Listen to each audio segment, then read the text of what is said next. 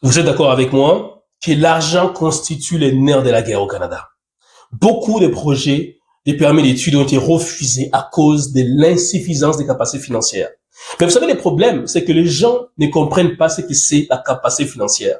Les gens ne comprennent pas comment calculer les budgets pour pouvoir venir étudier au Canada. Les gens ne comprennent pas l'importance qu'est rêver justement un garant financier. Comment justifier cela, notamment dans la lettre explicative ainsi que dans la lettre de déclaration des études financiers. Bref, il y a beaucoup d'ignorance. Voilà pourquoi on a décidé au sein du cabinet étudié, un cabinet qui a déjà accompagné plus de 250 personnes à réaliser d'une manière ou d'une autre leur projet d'études au Canada.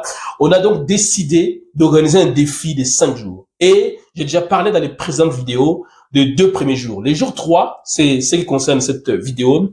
On va parler justement du financement. Et pour ça, on va vous apprendre les nouvelles façons de calculer la capacité financière selon les types de programmes ou des régimes que vous avez choisis.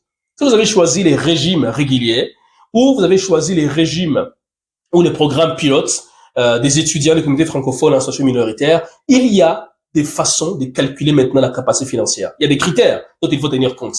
Donc, on va parler de ces critères-là. Et surtout, on va aussi vous présenter toute une série des stratégies à utiliser pour pouvoir financer en partie les frais de subsistance. Je n'ai pas dit les frais de scolarité, parce que vous ne pouvez pas financer les frais de scolarité grâce à un emploi étudiant. C'est un mensonge si des gens vous ont parlé ainsi. Il y a par contre d'autres stratégies à utiliser pour financer vos frais de subsistance, du moins en partie.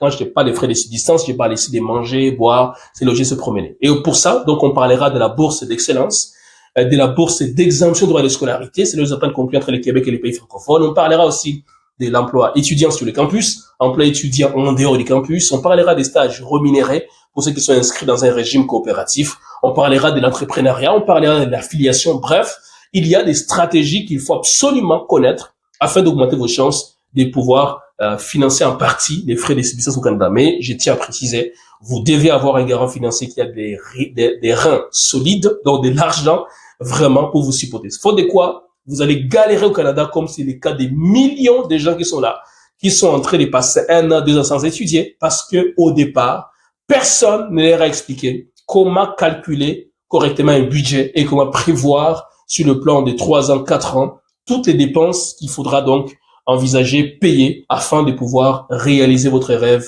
d'étudier au Canada. Donc voilà un peu ce dont je voulais vous partager. Et en bonus, vous allez recevoir ces jours-là, justement au dehors du jour 3, eh bien, un conseiller financier, un conseiller en finances personnelles qui va vous parler d'autres stratégies dont je vous en dirai pas un peu plus.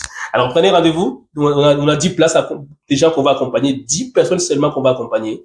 Donc je voudrais pas que vous puissiez rater cette opportunité. C'est maintenant qu'il faut le faire. J'espère que vous allez être parmi les 10 personnes qu'on va accompagner gratuitement dans le cadre de ces défis qui commencent très bientôt. Alors, prenez soin de vous et à très bientôt.